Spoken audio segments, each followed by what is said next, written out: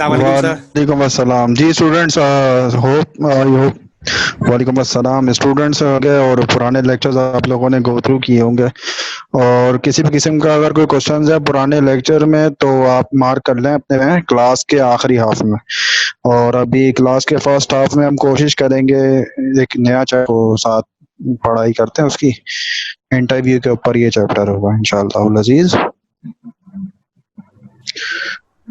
तो सर कौन सा पेज नंबर बिजनेस चैप्टर कौन सा है, मेरे को बता दें। आप इनको बता दें कौन सा पेज ओके, चैप्टर नंबर है, ताकि ये लोग भी निकाल लें तो उस हिसाब से इनको भी एक्सपीरियंस हो जाए कि ऑनलाइन पढ़ना में। Chapter interview, chapter interview page number 54।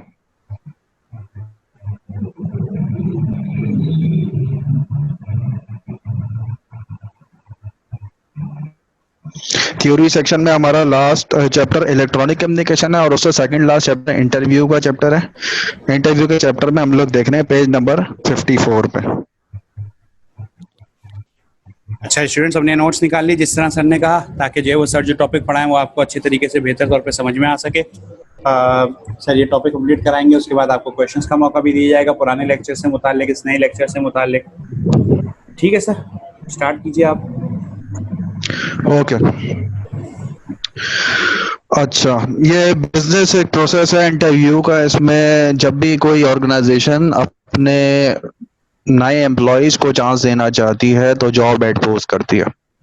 तो जॉब एड पोस्ट करने से पहले कंसर्न डिपार्टमेंट और ह्यूमन रिसोर्स डिपार्टमेंट, दोनों डिपार्टमेंट्स आपस में बैठते हैं और कंसर्न डिपार्टमेंट बताता है कि रिक्वायरमेंट कितनी चाहिए उनको अपने डिपार्टमेंट में मजीद काम के लिए। अगर कोई काम बढ़ गया है तो ह्यूमन रिसोर्स डिपार्टमेंट से वो इस बात पे एक मीटिंग करते हैं और बताते हैं कि डिपार्टमेंट में कितनी नीड ऑफ इंक्रीज एम्प्लॉय होगी।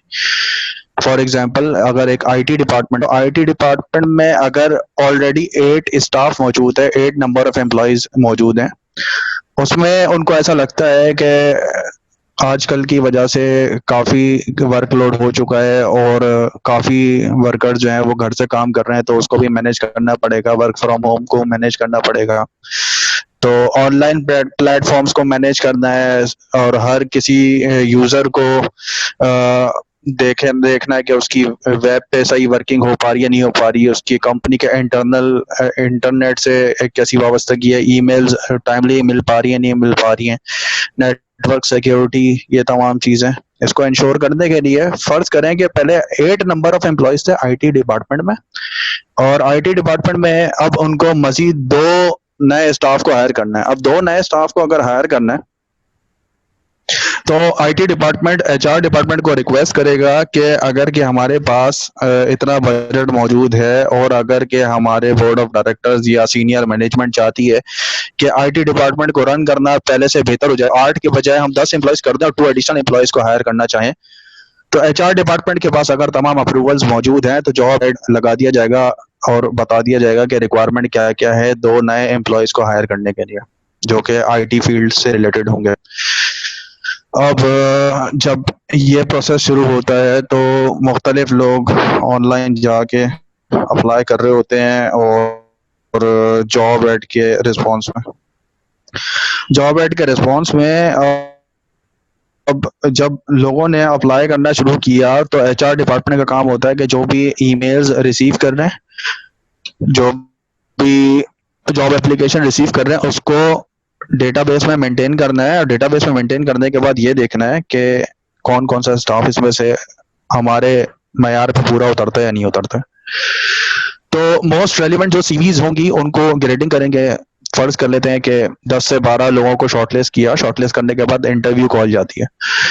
एचआर डिपार्टमेंट के पास ये राइट मौजूद होता है कि वो अपने हिसाब से देखते हुए, जॉब रिक्वायरमेंट को देखते हुए और एम्प्लॉयज या प्रोस्पेक्टिव एम्प्लॉयज की जो भी उनके स्किल्स हैं, उनका एक्सपीरियंस, उनकी एजुकेशन अगर वो मैच हो रही है तो क्या करेंगे कि फिर वो लोग इंटरव्यू कॉल करेंगे।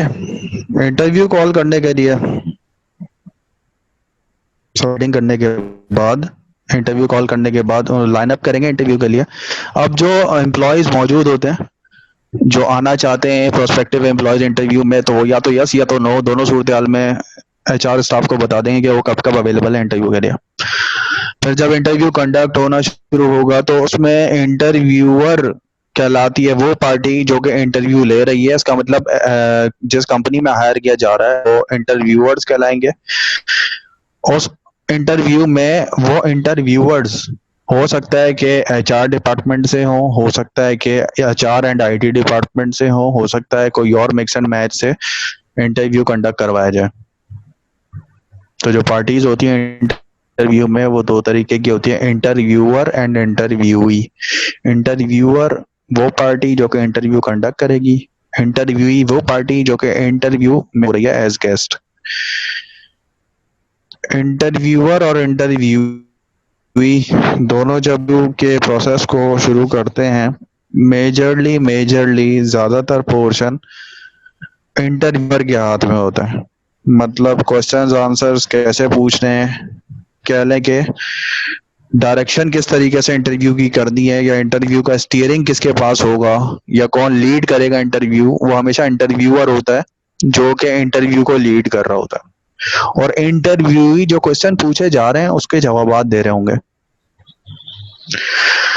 तो इंटरव्यूअर रेलिवेंट क्वेश्चन पूछना शुरू करेंगे, स्टार्ट करेंगे इंट्रोडक्शन से, उसके बाद टॉपिक रिलेटेड या फील्ड रिलेटेड क्वेश्चन शुरू करेंगे। एम्प्लॉय से पूछेंगे कि उसका पास्ट एक्सपीरियंस क्या है और वो किस तरीके से हमारी ऑर्गेनाइजेशन को बेनिफिट कर सकते हैं, और एम्प्लॉय किस तरीके से अपने आप को देख रहे हैं हमारी ऑर्गेनाइजेशन में कि वो फिट हो सकते हैं या नहीं हो सकते, और एम्प्लॉय को हमारी ऑर्गेनाइजेशन चूज करने की क्या जरूरत पड़ी। तो ये कुछ क्वेश्चंस होते हैं, इसको हम लोग डिटेल में देखेंगे।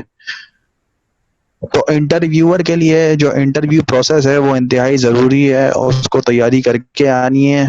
इंटरव्यूअर अगर पहले बहुत सारे इंटरव्यूज ले भी चुका है, लेकिन हर दफा आपको पता है कि जॉब की नीड कुछ और होती है, जॉब रिक्वायरमेंट कुछ और होती है, तो उसके हिसाब से इंटरव्यू बिल्कुल सेम नहीं रहता, इंटरव्यू को चेंज करना पड़ता है।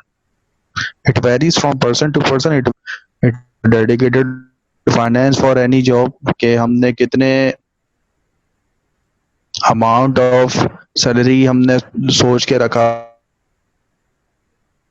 वो उसके हिसाब से हमारे पास हायर हो पाते हैं नहीं हो पाता, उसको कैसे करनी है। इंटरव्यू के फेजेस भी होते हैं। इंटरव्यू के फेजेस इस तरीके से कि फर्स्ट फेज में हो सकता है कि सिर्फ और सिर्फ बेसिक इंटरव्यू हो, HR डिपार्टमेंट बेसिक इंटरव्यू ले रहा हो। अगर वो यस करता है और उस एम्प्लॉय को सेलेक्ट करता है सेकंड इंटरव्यू के लिए, तो सेकंड इंटरव्यू होता है फील्ड रिलेटेड। उस फील्ड रिलेटेड इंटरव्यू में जो IT डिपार्टमेंट है वो इंटरव्यू ले रहा होगा, और वो अगर प्रोस्पेक्टिव कैंडिडेट बेहतर करके आ जाता है तो फिर थर्ड इंटरव्यू, वो इंटरव्यू होता है, हो सकता है कि फाइनल इंटरव्यू, उसके अंदर सीनियर मैनेजमेंट हो सकती है, उसके अंदर हो सकता है कि HR और IT डिपार्टमेंट दोनों मिलके बैठ रहे हो और वो एनालाइज कर रहे हो। फिर बार्गेन होता है सैलरी पे, के सैलरी और अदर बेनिफिट्स में हम लोग कितना बार्गेन कर सकते हैं, एम्प्लॉय क्या चाहता है, हम क्या चाहते हैं। तो ये आखिरी बातें जो भी होती हैं फाइनल राउंड में या फाइनल इंटरव्यू में होती हैं। अब ये डिपेंड करता है कि कंपनीज एक इंटरव्यू में ये तीनों फेजेस एक साथ देख ले या अलग अलग इंटरव्यू करते हुए, मतलब फर्स्ट इंटरव्यू हुआ, फिर 2 हफ्ते के बाद सेकंड इंटरव्यू हुआ, फिर 2 हफ्ते के बाद थर्ड इंटरव्यू हुआ, तो ऐसे प्रोसेस चला सकते हैं। डिपेंड करता है किस किस्म की ऑर्गेनाइजेशन है, कहाँ पे काम कर रहे हैं। तो इंटरव्यू की दो पार्टीज, फर्स्ट पार्टी इंटरव्यू की इंटरव्यूअर और सेकंड पार्टी इंटरव्यूई। टेक्स्ट आप लोग देख सकते हैं पेज नंबर 54 पे। इसमें मजीद बताया यह जा रहा है कि ओरल इंटरव्यू तो आप लेते ही लेते हैं, इसके अलावा कहीं कहीं रिटन एग्जामिनेशन भी होता है। रिटन एग्जामिनेशन में इंटरव्यू की मजीद कैपेबिलिटीज को देखा जाता है, इंटरव्यू की मजीद कैपेबिलिटीज को। तो इंटरव्यूअर कभी कभी कुछ प्रॉब्लम सॉल्विंग के थ्रू या कोई सिम्युलेशन कहते हैं इसको, कि किसी भी सिनेरियो क्रिएट करके क्वेश्चन पूछा जा रहा है, उसमें इंटरव्यू किस तरीके से पार्टिसिपेट करते हैं या अपना इनपुट कैसे देते हैं। तो ये भी एक तरीका कार होता है कि सिर्फ ओरल कम्युनिकेशन नहीं हो बल्कि रिटन कम्युनिकेशन भी हो, ताकि इंटरव्यू के इस एस्पेक्ट को भी देखा जाए कि वो प्रॉब्लम सॉल्विंग कैसे करते हैं, उनके राइटिंग स्टाइल क्या है, क्या वक्त पढ़ने पे वो कुछ अलग तरीके से डिफरेंटली सोच सकते हैं या नहीं सोच सकते। इंटरव्यू के दौरान इंटरव्यूअर्स आमतौर पे कुछ ग्रेडिंग में पास लिख रहे होते हैं, कुछ मार्किंग कर रहे होते हैं, जिसकी वजह से इंटरव्यू में जो वो नॉलेज हासिल कर रहे होते हैं इंटरव्यू की, उसमें से एक उनके पास कह लें कि समराइज स्टेटमेंट आ जाती है। उनको पता चल जाता है कि इंटरव्यू क्या हमारे ग्रेड्स दे रहे हैं उस हिसाब से शॉर्टलिस्ट हो पाता है या नहीं हो पाता। तो इंटरव्यूअर्स आपस में बैठ के ग्रेड्स डिसाइड कर लेते हैं या अपने शॉर्ट वर्ड्स डिसाइड कर लेते हैं, तो सीवी पे मार्किंग करते जाते हैं। तो इंटरव्यू जब भी कोई बात कर रहे होते हैं, तो अगर इंटरव्यूअर उसकी बात को सुन रहे हैं और कुछ मार्क कर रहे हैं या नोट डाउन कर रहे हैं, इसका मतलब है कि वो अपने पास कुछ कमेंट्स लिख रहे हैं या कुछ शॉर्ट कोड्स लिख रहे हैं, जिसकी वजह से उनको एवेल्यूएशन में आसानी होगी इंटरव्यूई की। इंटरव्यू के रेस्पेक्ट से बात करेंगे और इंटरव्यूअर के रेस्पेक्ट से थोड़ी थोड़ी बात करेंगे। इंटरव्यूअर के रेस्पेक्ट से क्या क्या चीजें अहम है, क्या क्या चीजें जरूरी हैं। इंटरव्यूअर को ऑब्जेक्टिव पता होना चाहिए कि वो किस लिए क्यों इंटरव्यू कर रहे हैं। इंटरव्यूअर को ये पता होना चाहिए कि टाइमिंग क्या होनी चाहिए इंटरव्यू की, इंटरव्यू कब से लेके कब तक ड्यूरेशन हो उसका, उसमें कितने फेजेस हो, 2 phase 3 phase, job related interview, personal life के बारे में पूछना, other experiences of the employ पूछना कि वो एम्प्लॉय कहाँ कहाँ काम कर चुके हैं, उन्होंने कैसे कैसे एक्सपोजर हासिल किया। और आखिर में पॉजिटिव नोट के तौर पे क्या करते हैं कि इंटरव्यूअर्स इख्तिताम में इंटरव्यू को कहते हैं कि आप अपने हिसाब से अगर आपके पास कोई क्वेश्चंस हैं तो आप वो क्वेश्चंस रेज कर सकते हो। आप पूछें कि आपको कंपनी के बारे में क्या जानना है, तो हमेशा क्वेश्चन पूछना जो होता है ये तमाम का तमाम रिलेट करता है इंटरव्यूअर पे। इंटरव्यू सिर्फ उस हिसाब से क्वेश्चन पूछेगा अगर उसको इंटरव्यूअर इजाजत दे कि आप कोई अगर सवाल पूछना चाहें तो पूछ सकते हैं। इसका मतलब इंटरव्यूअर ज्यादातर क्वेश्चन पूछ रहे होंगे और इंटरव्यूअर ज्यादातर क्वेश्चंस को जवाब दे रहे होंगे।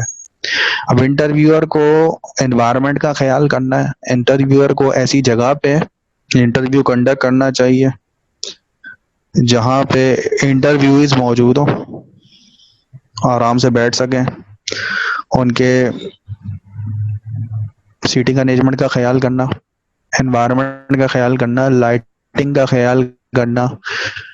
इसके अलावा अगर कोई रेफ्रेशमेंट का इंतजाम कर सकते हैं, वो सीटिंग कैसे रखनी है, फेस टू फेस रखनी है, साइड बाय साइड रखनी है, एक वक्त में एक इंटरव्यू को बुलाना है या मल्टीपल इंटरव्यू को एक सकते हैं, ये तमाम चीजें सोचने की होती हैं इंटरव्यूअर के रिस्पेक्ट से। इंटरव्यूई क्या क्या सोच रहे होते हैं और इंटरव्यूई के जहन में क्या क्या बातें हो सकती हैं। इंटरव्यू को सबसे पहले अपनी सीवी के बारे में जानना जरूरी है कि उसने अपनी सीवी पे क्या क्या लिखा है, क्योंकि इंटरव्यूअर जब क्वेश्चन पूछना शुरू करेंगे तो इंटरव्यू उसके आंसर्स दे रहे होंगे, तो इंटरव्यूअर कुछ क्वेश्चन आपकी सीवी से भी पूछ सकते हैं कि आपने सीवी जो बनाई है उस सीवी में आपने मेंशन किया है, आपने ये मेंशन इस इदारे में इस तारीख से लेके इस तारीख तक की है। तो ये तमाम चीज़ें आपके जहन में होनी चाहिए, ये चीज़ें आपको याद होनी चाहिए, अपनी सीवी को बेहतर तरीके से याद करना चाहिए, क्योंकि जो भी हम सीवी में बता रहे होते हैं वो असल में हमारी खुद की शॉर्ट स्टोरी होती है कि हमने एम्प्लॉयमेंट में क्या क्या किया अभी तक। तो इंटरव्यूअर अगर कोई क्वेश्चन करेंगे तो आप अपनी सीवी के बारे में कॉन्फिडेंट हो कि आपको सीवी याद हो, और इंटरव्यूअर अगर आपकी सीवी से रिलेटेड कोई क्वेश्चन पूछे तो आपकी बात उससे रिलेट कर रही हो, कोरिलेट कर रही हो। ऐसा ना हो कि कॉन्ट्राडिक्टरी स्टेटमेंट हो कि अगर कोई फर्ज करें कि एम्प्लॉयमेंट के बारे में पूछा गया कि आप फला जगह जो एम्प्लॉयमेंट कर रहे थे उसमें आपकी पोस्ट क्या थी, तो आप वही पोस्ट बता रहे होंगे जो आपने सीवी में मेंशन की। बिल्कुल ऐसा नहीं होगा कि आप कोई और। अब इंटरव्यू के रिस्पेक्ट से मजीद क्या बातें हैं, इंटरव्यू ने ड्रेसिंग का ख्याल करना है, टाइमिंग का ख्याल करना है, कोशिश करेंगे कि वक्त से पहले पहुंच जाएं, कोशिश करेंगे कि वक्त से पहले पहुंचे, इंतजार भी करना पड़े तो बेहतर है, क्योंकि अगर हम बिल्कुल वक्त पे पहुंचेंगे तो हमारे पास मार्जिन नहीं होगा। अगर हम देर से पहुंच रहे हैं तो वो तो वैसे ही नेगेटिव एटीट्यूड में आता है, अगर हम वक्त पे भी पहुंच रहे हैं तो हमारे पास बिल्कुल मार्जिन नहीं होता है कि हम कोई सी भी चीज की तैयारी कर सके। फॉर एग्जाम्पल, जैसे इंटरव्यू का टाइम सेट है शाम 3 बजे का या शाम 4 बजे का टाइम सेट है कंपनी में। अब जो इंटरव्यू है वो पूरे 4 बजे पहुंचते हैं इंटरव्यू देने के लिए, तो इंटरव्यूअर्स या जो भी रखा हुआ था जो फॉर्म फिल आउट करवाना आता है, अब इंटरव्यू पहुंचे ही 4 बजे हैं, तो फॉर्म फिल आउट करने के लिए उनके पास मार्जिन नहीं बचा, इतना टाइम नहीं बचा कि वो फॉर्म फिल आउट कर सकें, तो वो इंटरव्यू के लिए लेट हो जाते हैं। तो कोशिश करते हैं कि हमेशा इंटरव्यू से हाफ एन आवर पहले पहुंच जाएं, ताकि अनसर्टेनिटीज जो हैं उसका भी हमारे पास मार्जिन हो, और इस तरीके से अगर कोई फॉर्म फिल करवाना है या कोई डॉक्यूमेंट सबमिट करवाना है, या एंट्री एग्जिट में टाइम लगता है कंपनी में पहुंचने तक, रेलिवेंट डिपार्टमेंट तक, इस तमाम चीज़ों के लिए पहले से तैयार होना चाहिए। तो ये तमाम बातें हम लोग कर रहे हैं इंटरव्यू, और क्या क्या जिम्मेदारियां हो सकती हैं। इंटरव्यू हमेशा सिर्फ जॉब नहीं होता, बल्कि इंटरव्यूज वो अलग तरीके के भी होते हैं, जैसे कि कोई एंड ऑफ द ईयर पे एक इंटरव्यू हो रहा है और एम्प्लॉय से फीडबैक पूछा जा रहा है कि आपने पूरे साल काम किया हमारी कंपनी में, आपके हिसाब से कंपनी को क्या क्या चीज़ें इम्प्रूव करने की ज़रूरत है, या आपके हिसाब से आपके हिसाब से टेक्नोलॉजी का कैसे इस्तेमाल किया जा सकता है। तो इंटरव्यू ज़रूरी नहीं कि जॉब इंटरव्यू हो, लेकिन इंटरव्यू मुख्तलिफ और भी हैं, जैसे एचआर की तरफ से कोई इंटरव्यू ले, ह्यूमन रिसोर्स आपको बुला के पूछ रहे हैं या आपसे कोई सजेशन ले रहे हैं, पॉलिसी मेकिंग के ऊपर कोई क्वेश्चन है आपके डिपार्टमेंट से रिलेटेड, तो ये डिपेंड करता है कि इंटरव्यू किस है। लेकिन हम लोग मेनली कवर कर रहे होंगे इस चैप्टर में, मेनली हमारा फोकस होना चाहिए, वो होना चाहिए जॉब इंटरव्यू के ऊपर, क्योंकि जो एग्जाम में क्वेश्चन आते हैं वो क्वेश्चंस होते हैं यूर इंटरव्यू के रिस्पेक्ट से बता दें कि पॉजिटिव और नेगेटिव एटीट्यूड क्या हो सकता है, और जॉब इंटरव्यू से रिलेटेड ज्यादातर क्वेश्चन आते हैं, तो हमें रेडी रहना है क्वेश्चंस के लिए, जिसमें हम ये तमाम बातें कर रहे होंगे कि इंटरव्यू में इंटरव्यूअर की क्या क्या कैरेक्टरिस्टिक्स होती हैं, उसने क्या क्या चीज़ों की तैयारी करनी है, और ऐसे इंटरव्यू के रिस्पेक्ट से क्या क्या चीज़ें अहम होती हैं। थोड़ा सा गो थ्रू करेंगे इसको। पेज नंबर 56 आप लोग के पास है, purpose of an interview, page number 56 question 2। इसमें आप इसकी फ्रीक्वेंसी देख के कोई 10 से 12 दफ़ा आ चुका है, और एग्जामिनर के लिए बहुत आसान क्वेश्चन है पिक करने के लिए, क्योंकि इसके ज़रिए काफ़ी कुछ स्टूडेंट्स की नॉलेज जान सकता है वो। इस पूरे चैप्टर में से अगर ये पॉइंट पूछ लिए जाए तो स्टूडेंट की काफ़ी स्किल्स चेक हो जाती हैं। पर्पस ऑफ एन इंटरव्यू क्यों होता है? The purpose of an interview is to identify and hire candidates who will perform well and want to remain with their employer. Second para, the purpose of interview is basic. The interview needs to gather sufficient information in each area from a candidate in order to form a hiring decision. The difficulty in selecting the appropriate interview format. तो purpose of interview के पहले तो ये देखना है कि skills, educational skills, experiences candidates के match कर रहे हैं नहीं कर रहे हैं, नंबर 1। नंबर 2, हमने सही तरीके से इंटरव्यू में चॉइसेस, क्या हमने चॉइसेस ऑफ क्वेश्चन ठीक तरीके से करके रखें, क्या हम इंटरव्यू से रेलिवेंट क्वेश्चन पूछ रहे हैं नहीं पूछ रहे। तो इंटरव्यू के पर्पस में ये 2 बातें आ गई। अब आगे ये तकरीबन आपके पास 13 पॉइंट्स अलग लिखे हुए हैं इफेक्टिव इंटरव्यूअर के, तकरीबन 24 पॉइंट्स आपके पास लिखे हुए हैं इफेक्टिव इंटरव्यूइंग के, और तकरीबन 22 पॉइंट्स आपके पास लिखे हुए हैं pitfalls that an interviewer should avoid। तो ये तकरीबन 50 अबव पॉइंट्स हैं। इन पॉइंट्स का ख्याल करना है तो आपका इंटरव्यू बेहतर से बेहतर हो जाएगा।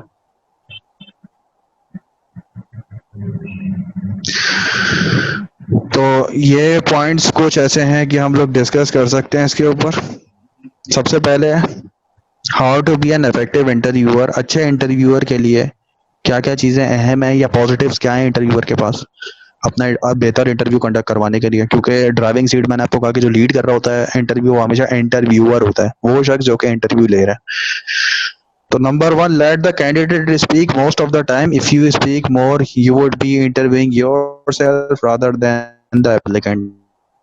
जैसे कि आपसे अभी बात की है क्वेश्चन हमेशा पूछने की जिम्मेदारी इंटरव्यूअर की, क्वेश्चन हमेशा आने की जिम्मेदारी इंटरव्यूई की। तो इंटरव्यूअर कम बोलेंगे क्योंकि उन्होंने क्वेश्चन पूछने और खामोश हो जाना है, और जो आंसर दे रहे होंगे वो आंसर दे रहे होंगे interviewee. Secondly, determine the nature, type, and psychology of the candidate with him accordingly. It will help you elicit more and useful information from him. Candidate को जानना, सोचना, समझना, उसके verbal and non verbal actions को देखना। सिर्फ और सिर्फ उसकी बातों पे आपने यकीन नहीं कर लेना है, बल्कि उसकी अदर स्किल्स जैसे कि उसका आई कांटेक्ट मेंटेन हो रहा है या नहीं हो रहा है, उसकी वॉइस का वॉल्यूम कैसा है, क्या उसके अंदर कॉन्फिडेंस मौजूद है या उसका कॉन्फिडेंस शेक हो रहा है, क्या उसको कोई जल्दी तो नहीं है, वो तहम्मुल से बात कर पा रहा है नहीं, ये तमाम चीजें भी देखने की जरूरत है। कभी ऐसा ना हो कि आप सिर्फ और सिर्फ वर्ड्स का ध्यान दे रहे हो और दूसरी चीजें कॉम्प्रोमाइज कर रहे हो। इसका मतलब हमने इंटरव्यूअर के बतौर इंटरव्यूअर हमें इंटरव्यूई की बात को सुनना समझना भी है और उसके एक्शंस को भी देखना है कि वो उसके एक्शन मैच करते हैं उसके वर्ड्स के साथ या नहीं। Third, you should accept at the face value what the applicant says without expressing disapproval, astonishment, or any other emotion. Being an interviewer, हमेशा न्यूट्रली बिहेव करना होगा। हमें हमेशा ये बताना होगा कि हम जो जवाब सुन रहे हैं उसको हम इवेल्युएट अभी नहीं कर रहे, उसको हम इवेल्युएट कर रहे हैं, जहन में कर रहे हैं, लेकिन इंटरव्यू की हम नहीं बताने हैं ये बात। इंटरव्यूअर कभी इंटरव्यू को ये इंटरव्यूई की बात उसको बेहतर लगी, मुनासिब लगी या नहीं, गैर मुनासिब लगी, या उसका आंसर रेलिवेंट था या नहीं था। तो इंटरव्यूअर ने हमेशा न्यूट्रली बिहेव करना है, अपने एक्सप्रेशंस का इजहार नहीं करना। Fourth, concentrate your attention on the interview, remove all distractions, show him to him carefully and with interest. Interviewee की बात को सुनना और गौर से सुनना और फोकस करना उसकी बात को और उसको बोलने का भरपूर मौका देना, ये तमाम की तमाम जिम्मेदारी होती है इंटरव्यूअर की। तो अभी तक हमने 4 पॉइंट्स डिस्कस किए हैं। फर्स्ट पॉइंट, ज्यादातर जो कहना होता है वो इंटरव्यू को कहना होता है, इंटरव्यूई ने ज्यादातर बातें करनी है। तो इंटरव्यूअर होस्ट कर रहे हैं तो क्वेश्चंस इंटरव्यूअर खामोश होंगे और इंटरव्यूई जवाब दे रहे होंगे। सेकंड, इंटरव्यूई की सिर्फ और सिर्फ वर्ड्स पे आपने ध्यान नहीं करना, बल्कि अगर आप इंटरव्यूअर हैं तो इंटरव्यूई के एक्शंस का भी ध्यान करना है और नॉन वर्बल जितने भी उसने और साइंस दिए हैं उसको भी आप अपने पास नोट डाउन कर रहे होंगे। थर्ड, किसी भी जवाब को सुनने के बाद इंटरव्यूअर कभी भी हाँ या ना नहीं करें, बल्कि अपने पास नोटिस कर लें। फोर्थ, कंसंट्रेशन रखनी है इंटरव्यू पे, इंटरव्यूअर को किसी और चीज के अंदर नहीं मुब्तला होना चाहिए, कोई और चीज सोचनी नहीं चाहिए, बल्कि फोकस करेगा इंटरव्यू पे, क्योंकि बहुत सारे कैंडिडेट्स अपना काम छोड़ते हुए और इंटरव्यूअर भी अपना अहम काम छोड़ते हुए इंटरव्यू की मीटिंग कंडक्ट कर रहे होते हैं। तो इसमें हमेशा कोशिश की जाएगी कि फोकस रखा जाए इंटरव्यू पे। 5, communicate in the language of the applicant, it will facilitate his understanding. कोशिश की जाएगी कि इंटरव्यू से बात करते हुए ये देख लें कि इंटरव्यू किस जबान में ज्यादा बेहतर तरीके से बात कर सकते हैं। तो इन तमाम चीजों को देखते हुए फिर इंटरव्यूअर बेहतर प्लान कर सकते हैं इंटरव्यू को। तो एक हमने 4 से 5 पॉइंट्स पढ़े हैं। जी सर, मैं भी समझता हूँ सर, ये के बाद आगे कंटिन्यू जी सर अगली क्लास में करेंगे। आज से जी, तो आज हमने सिर्फ एक तरीके गो थ्रू करा इंटरव्यू का।